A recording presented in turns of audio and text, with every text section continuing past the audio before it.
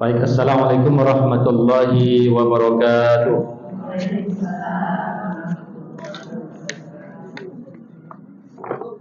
Alhamdulillahi rabbil alamin, wal aqibatu lil muttaqin, wala udwana illa 'alal zalimin.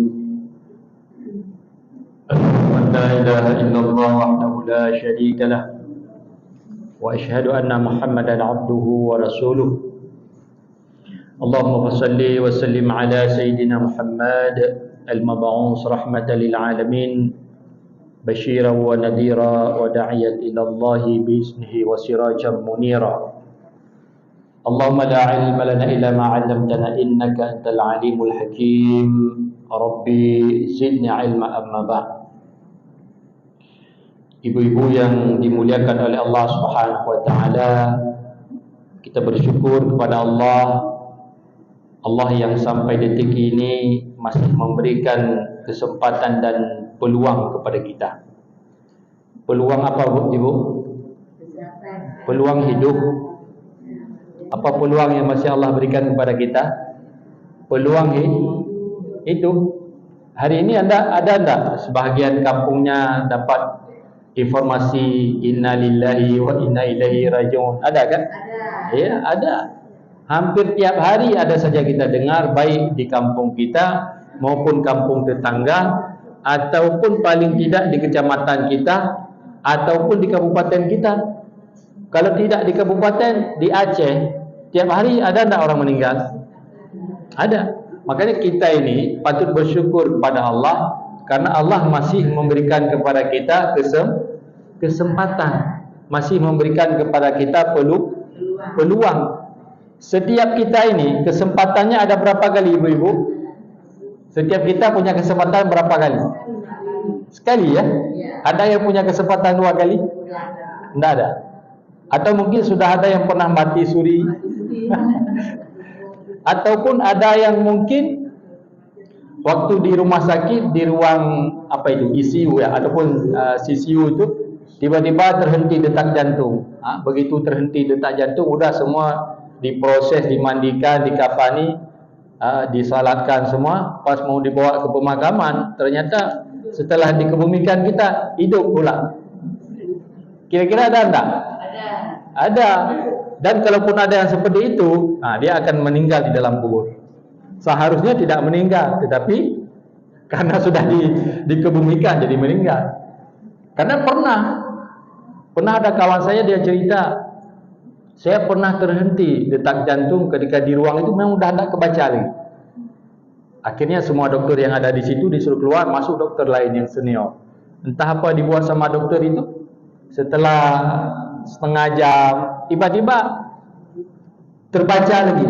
Apa istilahnya itu? Denyut ya. Detak jantung itu tiba-tiba ada naik turun, naik turun, naik turun, naik turun. Nah, itu juga termasuk hal yang langka. Hal yang langka. Tetapi agaknya ya, ada sebagian orang mungkin dia masih hidup, tapi karena sudah cepat dikebumikan, akhirnya dia meninggal di dalam kubur. Tapi persentasenya 0,01%. Baik ibu-ibu yang cantik yang dimuliakan oleh Allah Subhanahu wa taala, jadi senantiasa kita bersyukur atas peluang dan kesempatan hidup yang masih kita miliki. Kira-kira kalau setiap orang yang sudah meninggal, kalau dia diberi kesempatan untuk kembali lagi, apa yang akan dia lakukan? Memperbanyak sedekah. Karena di dalam surah Al-Munafiqun disebutkan, laula akhartani ila ajalin qarib fa asaddaqa wa akum minas salihin. Andai kata bila mana jikalau aku ini punya kesempatan yang kedua, pasti aku akan memperbanyak sedekah. Kira-kira kalau di antara ibu-ibu ada sebahagian kesempatan yang sudah diberikan kepada calon suaminya itu, mungkin ada sebagian, bukan ibu-ibu di sini, ibu-ibu di tempat lain. Kan ada mungkin yang sudah putus ya, dia mau baikan lagi, mau kembali lagi ya. Kira-kira sebagai suami tadi, kadang-kadang kan berjanji juga, kasihlah kesempatan sekali lagi. Ada enggak di antara ibu-ibu ini? Enggak ada di sini kan? Ada? Enggak ada di sini, saya yakin enggak ada di sini, tapi ada di luar sana. Di luar sana ada yang suaminya itu dia minta sama istrinya ataupun sama mantan istrinya, kasihlah kesempatan yang kedua kali. Kira-kira si istri ini kasih kesempatan enggak? Ada sebagian yang kasih, ada sebagian yang tidak. Kalau yang kasih kesempatan, sebahagian istri akan katakan, "Bang, ini saya kasih kesempatan ya, tapi abang harus berjanji ya, harus baik ya, jangan kasar ya, jangan ini ya, jangan kedekut ya, jangan kikir ya, jangan pelit ya. Ini harus baik sama anak-anak ya." Kan ada sebagian yang seperti itu. Ada enggak? Ada. Tapi ada juga yang maaf, sudah terlambat.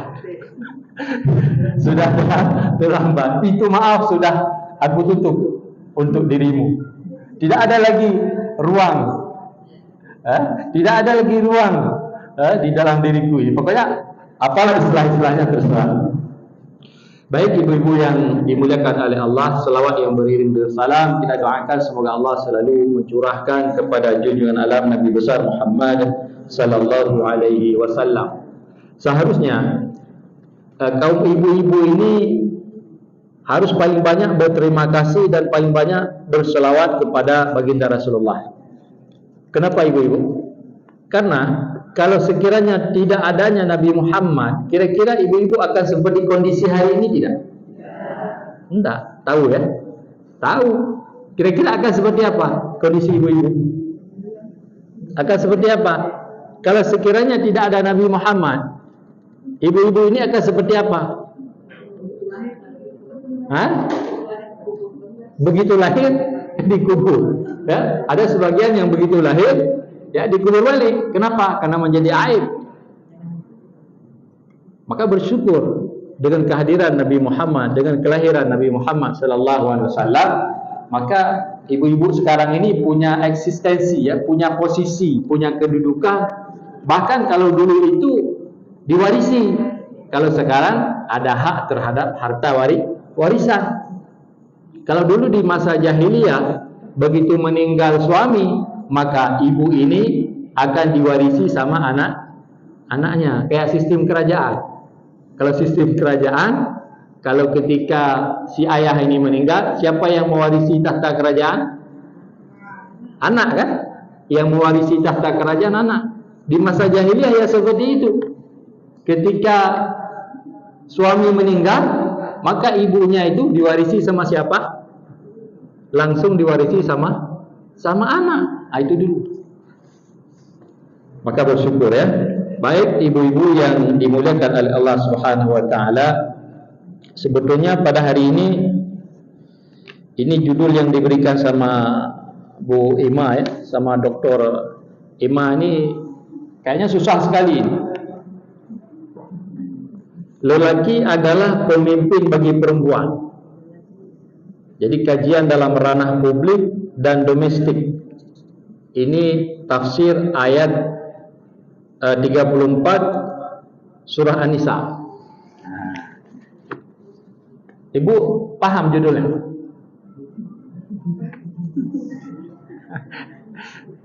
Ibu-ibu ini judulnya aja tidak paham ya. Apalagi mau kita kupas isinya. Oke. Baik, kalau kita melihat firman Allah dalam surah An-Nisa ayat 34, kita baca dulu ayat 34 ini ya. Misalnya kalau ada yang bawa Al-Quran atau tafsir atau apa bisa dilihat ya, bisa dibuka. An-Nisa ayat 34. Ya, An-Nisa. Jadi hebatnya ibu-ibu ini dalam Al-Quran ada surah yang namanya ya ibu-ibu, surah wanita. Kami perempuan tidak punya surah Ar-Rijal. Kami walaupun dalam ayat ini seakan-akan menceritakan tentang hebatnya orang laki-laki, tapi kami tidak punya surah Rijal. Ini surah yang keempat setelah Al-Fatihah, Al-Baqarah, Ali Imran, An-Nisa. Apa makna An-Nisa? wanita, perempuan. Hebat tak ibu-ibu ini? Hebat. Kenapa tak hebat? Punya nama surah. Punya nama surah dari 114 surah. Berapa surah Al-Quran semuanya? Bukan 14, 114. Jadi dari 114 surah yang ada di Al-Quran, ada satu surah itu dikhususkan untuk ibu-ibu.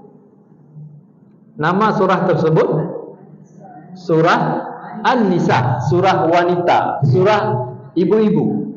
Sementara kami ini kalaupun bolak-balik Al-Quran, bolak-balik kiri, tidak dapat surah Ar-Rijal. Cuman hebatnya orang laki-laki di dalam surah wanita menceritakan laki-laki. Orang laki-laki kami ini tidak perlu ada satu surah yang menceritakan tentang laki-laki, tapi ada ayat yang di situ menceritakan tentang eksistensi laki-laki. Di dalam ayat 34 ini Allah menyebutkan, A'udzu billahi minasyaitonir rajim, ar-rijalu qawwamuna 'alan nisa bima faddalallahu ba'dahum 'ala ba'din wa bima anfaqu min amwalihim. Kalau kita lihat di sini, di satu sisi laki-laki itu menjadi pemimpin terhadap perempuan. Ini kalau kita lihat dari segi literal ya, secara bahasa dulu ataupun secara makna zahir dulu.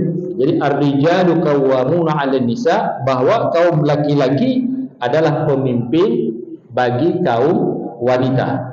Dan di ayat ini juga terlihat jelas ada dua hal. Di ayat yang kita bacakan ini terlihat jelas orang laki-laki bisa kita katakan dia menjadi hebat, dia bisa menjadi pemimpin terhadap wanita kalau dia punya dua hal. Ini di ayat ini dulu ya. Kalau kita lihat di ayat ini, setidak-tidaknya ada dua hal. Apa yang pertama? Yang pertama, bima faddalallahu ba'dahum 'ala ba'd. Karena memang Allah yang lebihkan kaum laki-laki. Allah yang lebihkan kaum laki-laki, bukan kami sendiri yang minta untuk dilebihkan. Bukan kami seperti Pak Pen ini ya. Kami yang berdua yang paling ganteng hari ini ya. Tidak ada saingan kita, Pak Pen hanya berdua saja.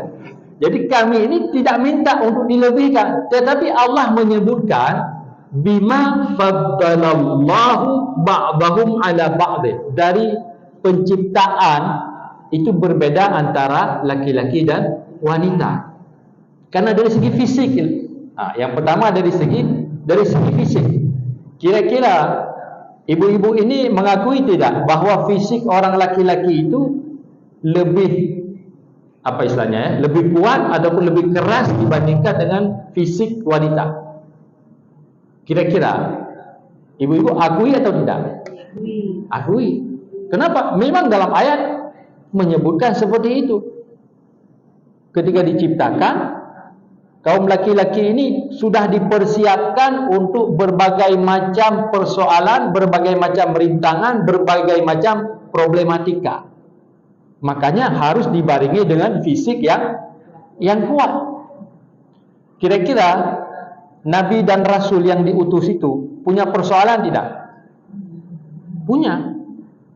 Kira-kira kalau persoalan itu banyak, itu lebih siap sama orang laki-laki atau lebih siap sama orang perempuan? Kalau misalnya problematika itu sangat luar biasa, itu lebih siap sama orang laki-laki untuk menghadapinya atau lebih siap sama orang perempuan? Siapa yang lebih siap menghadapi? Orang laki-laki? Tangannya lebih membahayakan. Ya. Seperti menghadapi harimau. Iya, begitu ya. Kalau yang ini yang perempuan. Ya. Berarti kalau kita lihat dari segi Nabi dan Rasul, ada enggak yang perempuan? Enggak ada, semua laki.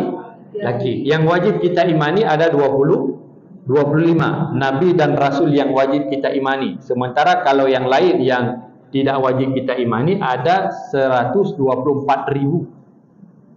Dan itu pun semua laki-laki. Ini kalau berdasarkan ayat ini, bahwa memang Allah lebihkan laki-laki dari fisik. Proses penciptaan itu memang laki-laki itu dipersiapkan untuk menghadapi hal-hal yang keras, untuk menghadapi hal-hal yang tidak sanggup dihadapi oleh perempuan dari segi fisik. Dari segi fisik dan dari hal-hal tertentu yang memang tidak boleh dilakukan oleh orang perempuan. Termasuk dalam kategori ini, untuk menjadi imam salat, kalau di situ ada laki-laki, boleh perempuan jadi imam? Tidak boleh. Ini berbicara dari segi hukum ya. Misalnya di situ ada satu orang laki-laki, tidak bagus pula dia punya suara. Kemudian di belakang dia itu ada semua perempuan qari'ah semua. Kira-kira boleh tidak perempuan ini katakan, "Bang, kau punya suara tidak sanggup kami dengar, mundur, biar kami yang jadi imam"? Boleh tidak? Tidak boleh. Itu memang sudah ketentuan dasar yang diatur di dalam hukum. Tetapi akhir-akhir ini beredar pula di video kita di WhatsApp, di grup-grup, ada kan? Beredar, ada wanita, ada perempuan, dia pakai pakaian pun ya ala kadar, sesuai dengan ya ilmu dia, jadi imam pula dia. Kemudian di belakang dia ada perempuan, ada laki-laki, campur ya. Pernah dengar ya? Pernah lihat kan? Pernah ya? Kalau udah pernah lihat enak sih ngomongnya. Kira-kira boleh enggak? Enggak boleh ya? Berarti kalau enggak boleh, berarti kita udah paham ada hal-hal tertentu yang memang di situ ranahnya laki-laki, enggak boleh diambil sama perempuan. Nanti akan ada ranahnya perempuan, enggak boleh diambil sama laki-laki. Kayak mengandung. Kira-kira itu orang laki-laki boleh protes enggak? Kayaknya kami kepengen juga ya.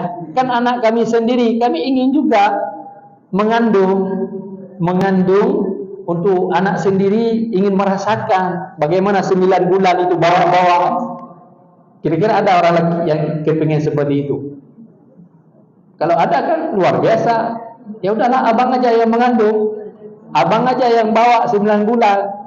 Kan ada sebagian orang perempuan yang katakan gini, abang tak pernah rasakan yang 9 bulan itu. Saya kemana-mana saya bawa. Capek bang.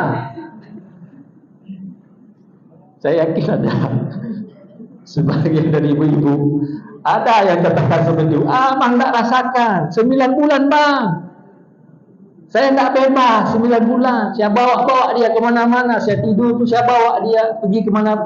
Ada enggak di antara ibu-ibu yang komplain sama suami? Saya yakin di antara ibu-ibu tidak ada. Tetapi ada di antara ibu-ibu yang komplain ke suaminya dengan ungkapan, dengan kata-kata seperti yang saya katakan tadi. Abang tak pernah tak pernah merasakan apa yang kami rasakan. Tak pernah mengandung 9 bulan. Abangnya tak pernah ngidam. Oh, kalau mengidam ada ya? Oh ya. Memang dibilang sama istri saya itu, kadang-kadang ada sebagian orang suaminya pula yang mengidam. Suaminya pula yang ngidam, sementara istrinya tak ngidam. Masya Allah. Berarti ada hal-hal tertentu yang memang itu ranahnya laki-laki, ya orang perempuan ya terima, itu sudah takdir. Dan ada juga yang ranahnya perempuan, ya kami sebagai orang laki-laki juga menerima, tidak protes. Begitulah yang seharusnya ya. Baik, bima faddalallahu ba'dahum ala ba'din. Memang karena Allah lebihkan kaum laki-laki baik dari segi fisiknya ataupun ada kelebihan-kelebihan yang lain yang tidak dimiliki oleh perempuan. Dalam hukum ataupun dalam fikih ada sebahagian kalau kaum perempuan ini kan ada waktu-waktu tertentu yang dia tidak boleh masuk ke masjid. Ada waktu-waktu tertentu yang dia Al-Quran pun dia tidak boleh pegang. Ada di waktu-waktu tertentu perempuan ini kan punya apa istilahnya ya, tidak stabil istilahnya. Dia punya emosi dia tidak stabil. Ketika datang waktu-waktu tertentu itu tidak stabil. Paham maksud saya? Ngerti ya? Pak Pen nggak ngerti Pak Pen, karena belum pernah merasakan. Pak Pen belum pernah mengerti, tapi setidaknya istri kita pernah cerita ya. Walau kami tidak merasakan, tapi istri kami pernah cerita. Pernah cerita, abang harus ngerti bang, ini waktu-waktu tertentu ini, memang kami ini tidak stabil ya. Ya, kasih bocoran pula. Sedang datang bulan, sedang tarik bendera atau apalah istilahnya ya. Ya, oke. Kemudian yang kedua, wa bima anfaqu min amwalihim. Jadi boleh orang laki-laki bilang dia hebat. Kami ini jadi pemimpin terhadap perempuan. Tapi yang kedua ini jangan lupa pula dia. Wa bima anfaqu min amwalihim. Kenapa lelaki dilebihkan? Karena lelaki ini mau dikasih tanggung jawab. Siapa yang bertanggung jawab terhadap rumah tangga dari segi nafkah? Suami apa istri? Suami. Memang pun diceritakan di sini. Kalau ada suami yang tak paham, kasih paham. Bang, coba abang tengok di ayat ini. Coba abang baca apa maknanya. Coba abang tengok apa ini. Oh, setelah dilebihkan sebahagian berarti karena mereka laki-laki telah menafkahkan sebagian dari harta mereka. Jadi kewajiban untuk memberi nafkah itu laki-laki, bukan perempuan. Jadi ada yang bertanya, Ustaz, jadi bagaimana juga? Kami ini perempuan kan cari rezeki juga. Kami juga ya memberi nafkah untuk anak-anak kami. Jadi apa tidak boleh? Ya kalau memang atas kemauan sendiri, boleh. Kalau atas kemauan sendiri, boleh. Tetapi suami tidak boleh dia maksa istri. Tidak boleh dibilang sama suami, dek, cari juga duit seperti abang. Adik cari juga, adik bekerja juga.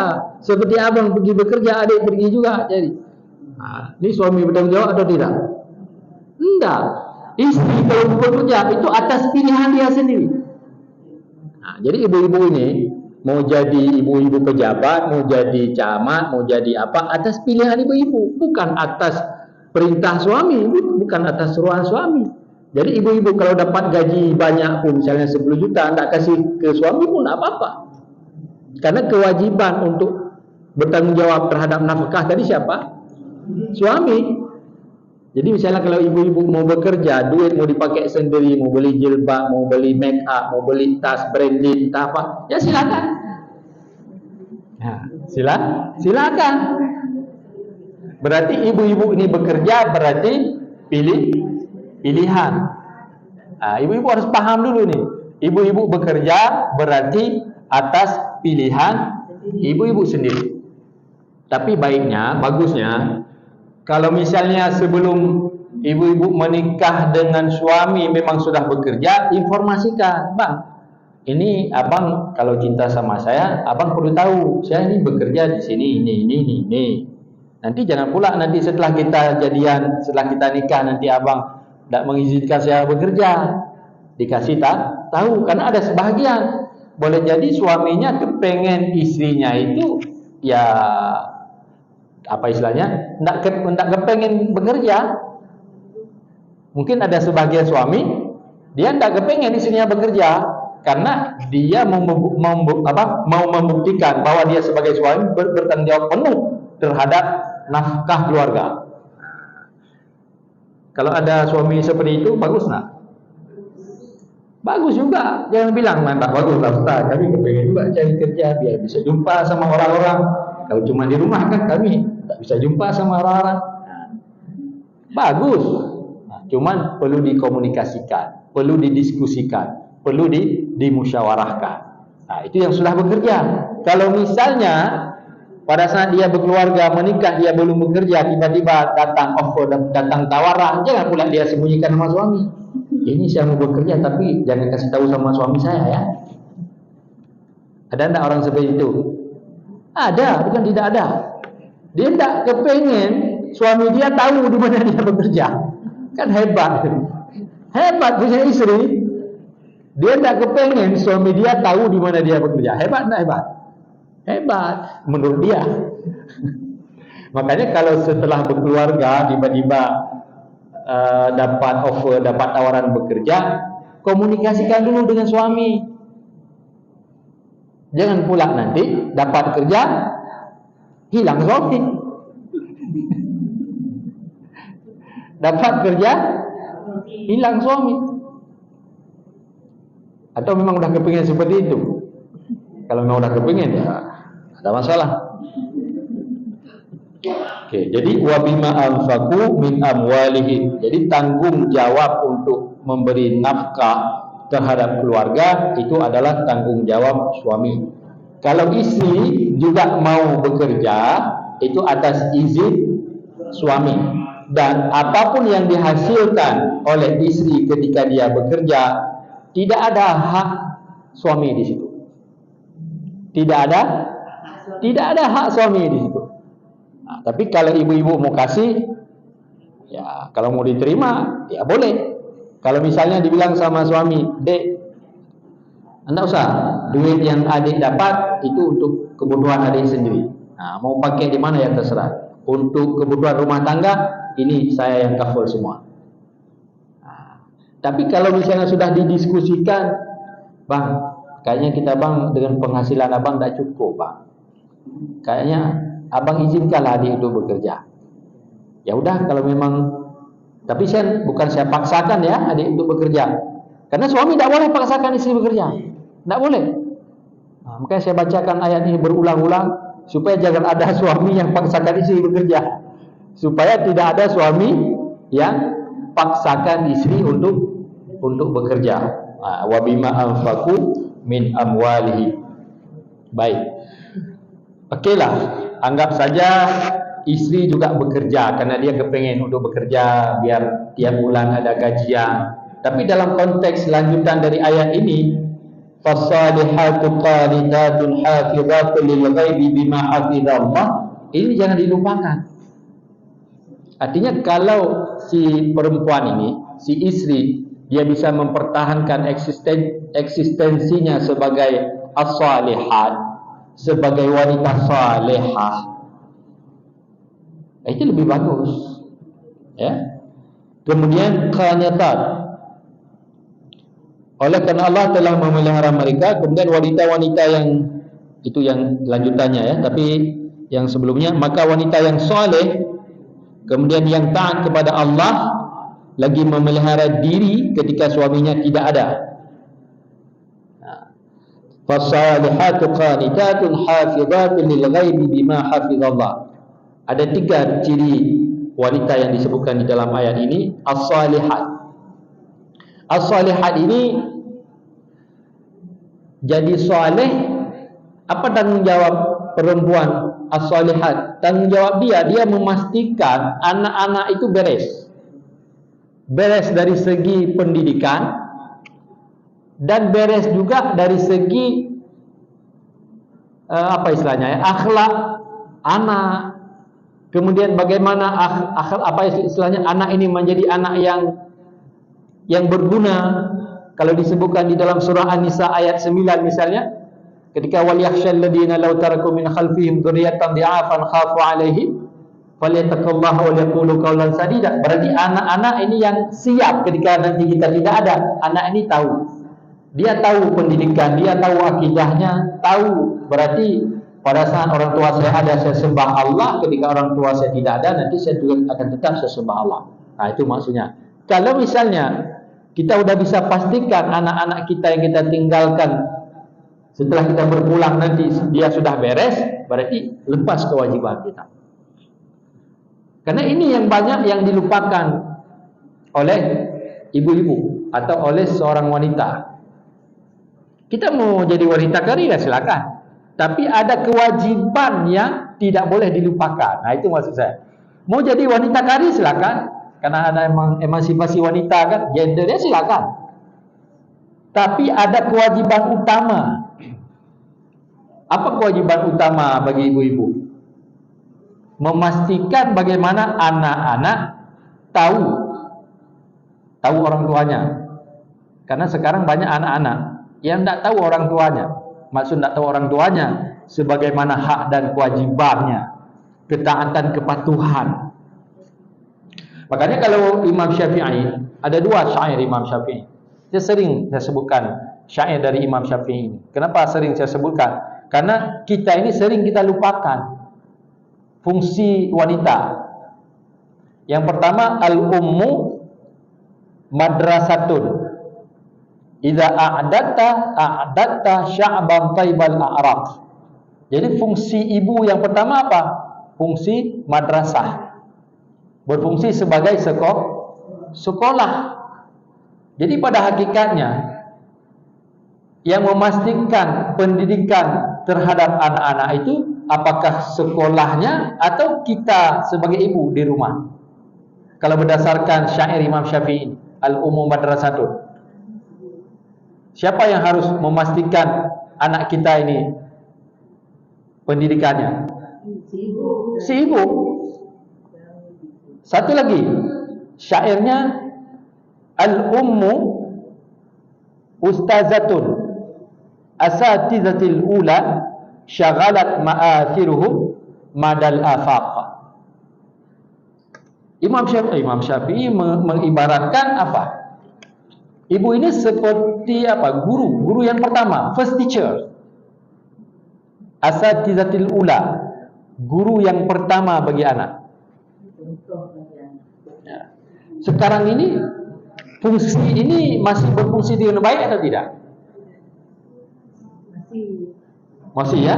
Kalau masih syukur. Jadi fungsi ibu sebagai guru first teacher, kemudian fungsi ibu sebagai madrasah. Kalau ini masih berfungsi, kemanapun ibu pergi silakan.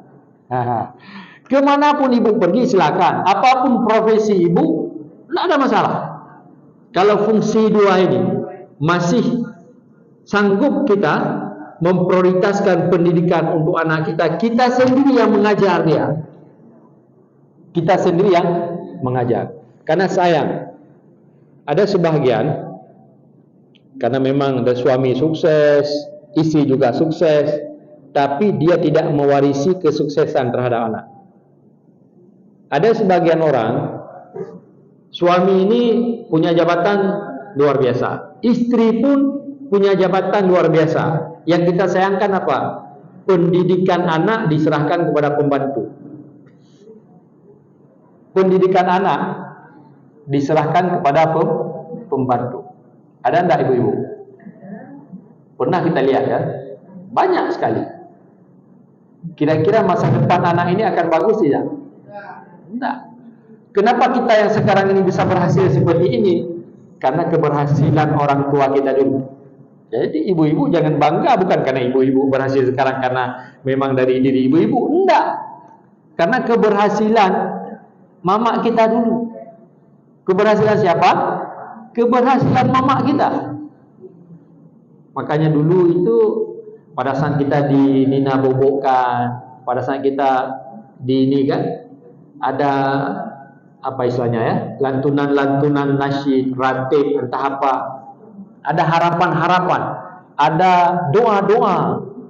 Nah, karena orang tua kita dulu paham. Tapi kalau orang tua sekarang, gimana cara pendengarannya? Cara pendengarannya coba HP berdua. Syukur-syukur kalau yang dia hidupin itu salawat atau Al-Quran. Tapi tidak sedikit juga dari ibu-ibu yang dia taruh HP di telinga anak dia, yang dia hidupin musik-musik, lagu-lagu yang tidak mendidik untuk masa depan anak. Makanya ini menjadi autokritik kita bersama. Menjadi autokritik kita bersama, tidak ada masalah. Kita ini mau menjadi public figure, tidak ada masalah. Misalnya ibu-ibu mau jadi public figure, tidak ada masalah. Ataupun mau menjadi orang-orang yang berhasil di parlemen, tidak ada masalah. Ataupun mau menjadi orang-orang yang berhasil di eksekutif, di pemerintahan, tidak ada masalah. Boleh. Tetapi ada kewajiban prioritas, ada skala prioritas yang harus kita perhatikan. yaitu pendidikan terhadap anak. Fungsi ibu sebagai guru pertama, kemudian fungsi ibu sebagai sekolah. Kalau fungsi ini dia bisa jalankan, ya silakan. Mau menjadi wanita karir silakan. Tetapi yang patut kita sayangkan, gara-gara si ibu ini dia mengejar pekerjaan dia itu, dia melupakan kewajiban dia terhadap anak. Karena ketika nanti, hadis ini sering kita dengar, bahkan hafal. Misalnya kullukum ra'in wa kullukum mas'ulun an ra'iyatihi. Jadi setiap kalian adalah pemimpin dan setiap kalian akan diminta pertanggungjawaban terhadap yang kita pimpin. Kira-kira kalau ibu-ibu ini yang diminta pertanggungjawaban nanti oleh Allah, apakah karena dia tidak bekerja atau karena pendidikan anak yang tidak dia berikan yang harus dia pertanggungjawabkan? Pendidikan Terhadap anak. Makanya ada sebagian orang lupa kewajiban. Ibaratnya kalau contoh lain yang mudah dipahami, ada orang dia tahajudnya luar biasa. Gara-gara salat tahajud luar biasa, subuh jam 7. Mana lebih bagus? Bagus salat subuh tepat waktu kalau kami laki-laki berjamaah di masjid dibandingkan dengan tahajud tadi. Mana lebih bagus? Lebih bagus salat subuh berjamaah di masjid kalau kami laki-laki ketimbang salat tahajud sepanjang malam tapi pas mau subuh udah terlambat. Ini yang ingin kita sampaikan. Ada fikih aulawiyat istilahnya. Ada fikih prioritas yang kadang-kadang dilupakan oleh kita. Gara-gara mengejar yang sunat, lupa yang wajib. Baik. Ibu-ibu enggak ada masalah juga bekerja di luar, tetapi ada kewajiban ibu-ibu terhadap suami. Ya, itu maksudnya. Kalau misal kewajiban itu sudah ditunaikan, tidak ada masalah. Walaupun ada sebagian suami, dia tidak cerita dia. Harus begini, harus begitu, dia tidak cerita. Tetapi secara kewajiban ibu-ibu yang harus paham. Sama kayak kami suami, harus paham apa yang menjadi kewajiban sebagai suami. Kan tidak mungkin juga pura-pura tidak tahu bahwa ikan sudah tidak ada, beras sudah tidak ada, biarlah. Ada suami seperti itu. Misalnya ketika dia lihat beras sudah tidak ada, dia biar aja beras tidak ada. Tak bisa masak kan? Kalau beras tidak ada, perempuan tidak masak kan? Adapun tidak ada beras, tidak apa-apa. Bang, yuk makan di luar bang. Nah, maksud saya kalau semua paham tupoksi dia itu, apa yang menjadi tugas pokok fungsi, misalnya suami dia paham tugasnya, kemudian istri dia paham tugasnya, itu tidak ada masalah. Itu tidak ada masalah. Cuma yang kita khawatirkan tadi, secara hubungan internasional sudah berhasil, tetapi ada yang hubungan domestik tadi, yang lokal, yang menjadi kewajiban di rumah, itu yang kadang-kadang terabaikan, terlupakan. Nah, itu yang tidak boleh. Tapi kalau misalnya bisa berfungsi balancing, seimbang antara kerja dia di kantor dengan fungsi dia yang harus dia koordinir di rumah, kalau itu berhasil ya silakan. Nah, maksudnya harus dipahami, bukan pada hukum dasar boleh tidak boleh, tapi pada fungsi ini bisa dijalankan atau tidak. Kalau fungsi ini sudah bisa dijalankan, tidak ada masalah. Suami dia jalankan fungsinya, istri jalankan fungsinya, udah surga dunia itu. Tinggal menunggu surga akhirat. Tapi jangan pula mengejar sesuatu sementara surga itu ada di rumah. Jangan pula gara-gara mengejar sesuatu lupa bahwa surga itu ada di mana? Surga itu ada di rumah, tidak perlu cari jauh. Ibu-ibu itu surganya ada di mana? Surganya itu ada di mana? Ada di rumah. Jadi tidak ada surga di tempat lain. Tidak ada surga di tempat lain. Jangan lupa. Jangan pula mencari entah kemana dia mencari seluruh dunia dia cari surga. Padahal lupa dia. Surga dia itu ada.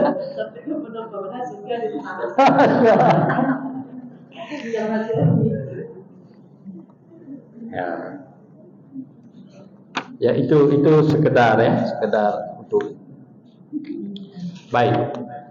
Kemudian kalau kita kembangkan sedikit, kalau sekarang ini kan di ranah publik kan ada peran wanita ya. Ada peran wanita yang mengharuskan perempuan ada di situ. Misalnya secara legislatif pun 30% ya.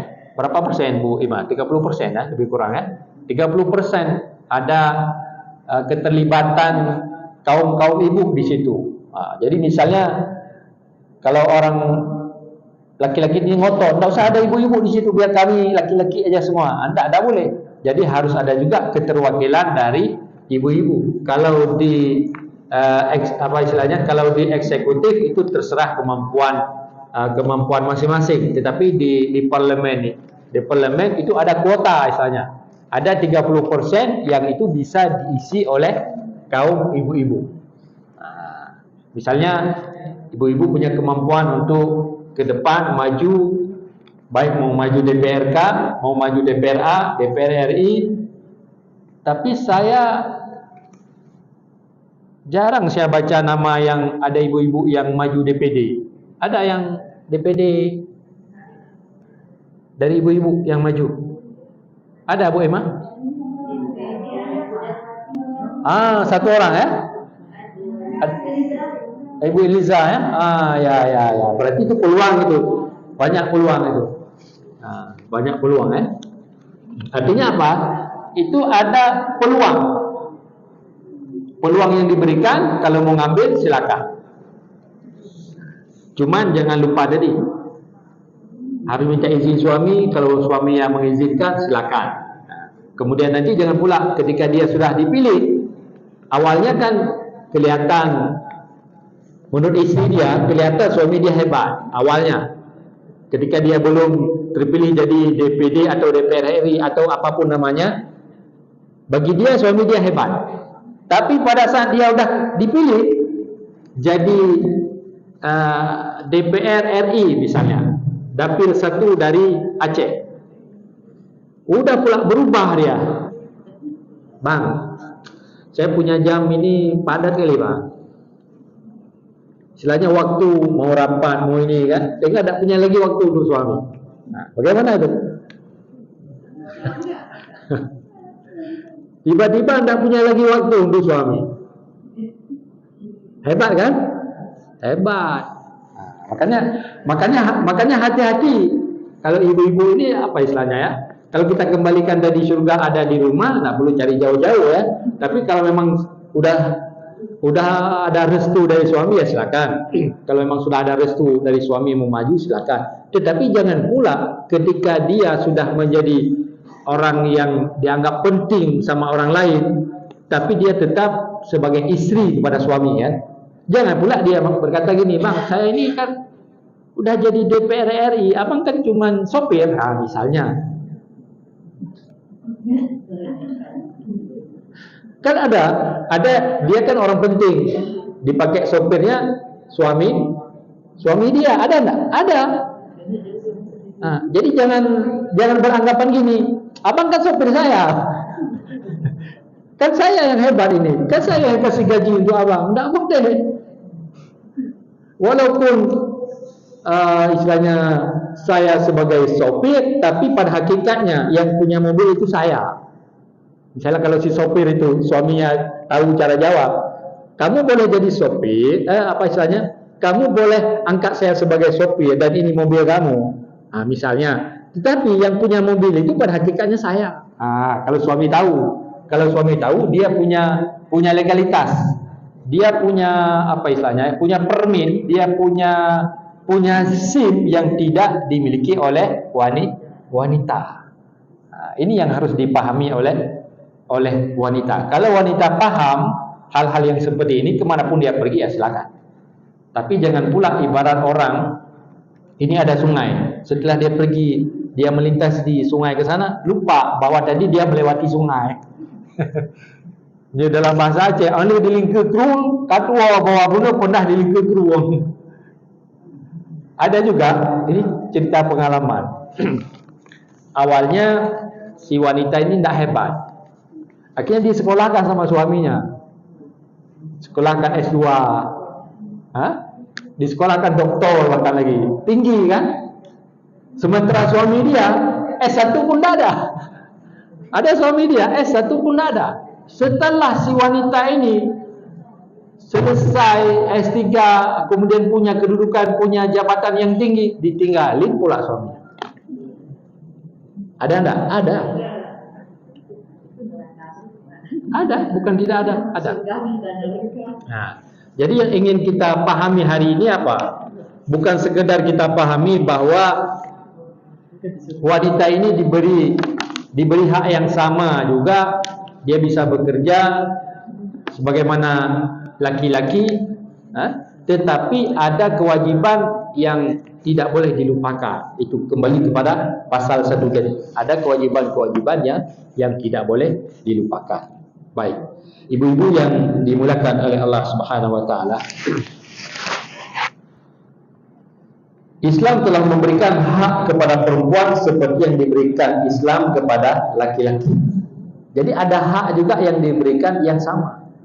Misalnya kalau perempuan melakukan amal kebaikan, dia bisa dapat pahala dan bisa masuk surga kan? Bisa. Laki-laki juga seperti itu. Berarti ada hak yang diberikan oleh Allah, hak yang sama. Misalnya kalau kita lihat firman Allah dalam surah An-Nisa ayat 124. Nah, ini surah An-Nisa juga, di surah ibu-ibu ini. Cuman ayatnya ayat 124. Kalau tadi ayat 34, ini ayat 124. Di ayat 124 apa yang Allah tegaskan? Wa may ya'mal minas salihati min dzakarin aw untha wa huwa mu'minun wa ulaika yadkhulunal jannah wa la yuzlamuna nakira. Jadi barang siapa yang mengerjakan amal-amal saleh, baik laki-laki maupun wanita, sedang dia orang yang beriman, maka mereka itu masuk ke dalam surga dan mereka tidak dianiaya walau sedikit pun. Artinya apa? Ketika yang laki-laki ataupun wanita dia melakukan kebaikan, Allah akan beri ganjaran yang sama. Berarti di satu sisi orang perempuan juga diberi hak yang sama oleh Allah. Buat baik masuk surga. Tapi ada jembatan tadi yang harus dilalui. Ibaratnya ada jembatan yang harus dilalui. Kalau misalnya dia tidak taat kepada suami, ibaratnya jembatannya putus. Surga memang ada, tapi tidak bisa masuk. Surga memang ada, tapi jembatannya putus, tidak bisa masuk. Kemudian di ayat yang lain, An-Nahl ayat 97, Allah juga menjelaskan, man 'amila salihan min dzakarin aw untha wa huwa mu'minun falanuhyiyannahu hayatan thayyibah. Artinya Allah berikan hak yang sama, baik dia itu laki-laki maupun perempuan. Kalau dia beramal dengan amal yang saleh, Allah akan berikan kehidupan yang baik. Allah akan berikan kehidupan yang baik. Jadi baik laki-laki maupun perempuan, Allah beri hak yang sama. Jadi memang tadi ada skala prioritas yang dilebihkan bagi laki-laki, ada juga yang dilebihkan terhadap perempuan. Namun ada juga hak yang sama yang Allah berikan.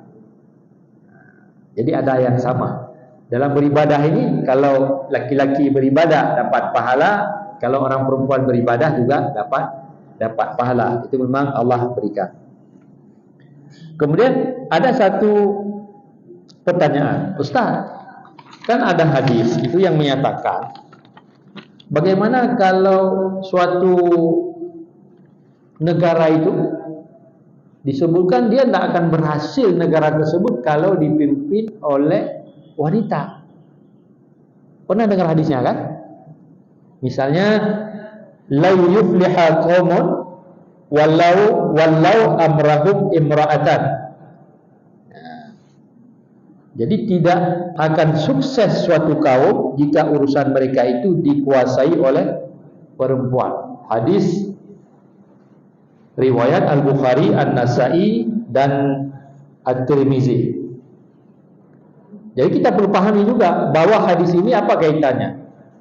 Jadi konteks hadis ini, jadi ketika Nabi Muhammad SAW mendengar bahwa saat itu ada kerajaan Persia, yaitu Kisra, memimpin sebuah negara yang membentang antara Basrah dan Oman, jadi mendapatkan sebuah surat. Nah, dapat surat dari Nabi. Jadi isi suratnya itu adalah ajakan untuk dakwah, untuk menerima dakwah dari Nabi Muhammad. Tetapi surat tersebut disobek oleh raja tersebut. Nah, mereka merobek surat Nabi. Mereka merobek surat tersebut. Jadi seperti diceritakan di dalam Umdatul Qari bahwa raja tersebut pada akhirnya meninggal dan kerajaan Persia tidak memiliki keturunan yang mampu untuk melanjutkan kerajaan kecuali seorang gadis kecil. Nah, maka ketika itulah, dalam konteks itulah Nabi dia katakan tidak akan sukses, tidak akan berjaya suatu kaum yang dipimpin oleh wanita. Itu kan ada kronologisnya. Ada kronologisnya. Walaupun nanti ada perbedaan pendapat di kalangan ulama bagaimana seorang wanita itu bisa jadi pemimpin. Tapi pemimpin dalam skala kecil. Oh, kalau pemimpin dalam skala kecil berarti boleh. Bagaimana maksudnya pemimpin dalam skala kecil? Dia jadi gubernur. Nah, kalau jadi gubernur boleh misalnya. Tapi kalau jadi presiden misalnya tidak boleh. Kenapa? Karena presiden itu adalah pemimpin yang paling tinggi. Tapi kalau yang pemimpin di bawahnya itu boleh. Itu ada sebahagian ulama yang berpendapat seperti itu. Kemudian ada juga ulama beranggapan lain. Kalau sekarang ini kan sistemnya kan keputusan bukan mutlak sama pemimpin, tetapi ada yang diputuskan secara keputusan bersama, kolegial istilahnya. Yang diputuskan secara kolektif, kolegial, secara bersama. Ada keputusan yang dihasilkan melalui eksekutif dan legislatif. Oh, kalau keputusan yang diputuskan secara bersama bukan keputusan mutlak dari satu orang, oh berarti itu boleh. Bukan kayak keputusan raja misalnya, bukan kayak titah raja. Kalau titah raja, apa yang dia perintahkan harus dilakukan. Tapi kalau sekarang kan keputusan yang dihasilkan juga harus melalui keputusan bersama.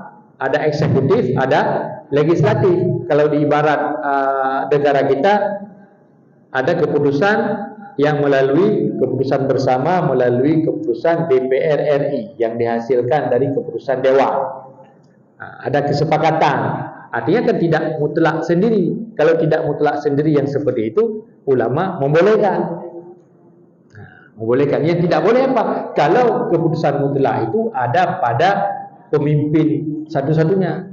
Kalau hanya pemimpin satu-satunya yang mengambil satu keputusan, itu tidak boleh kalau berdasarkan hadis ini. Baik ibu-ibu yang dimuliakan oleh Allah Subhanahu Wa Taala, lebih kurang kita punya waktu setengah jam lagi. Saya diamanahkan sama Ibu Ima, kita harus punya waktu lebih kurang setengah jam untuk tanya jawab.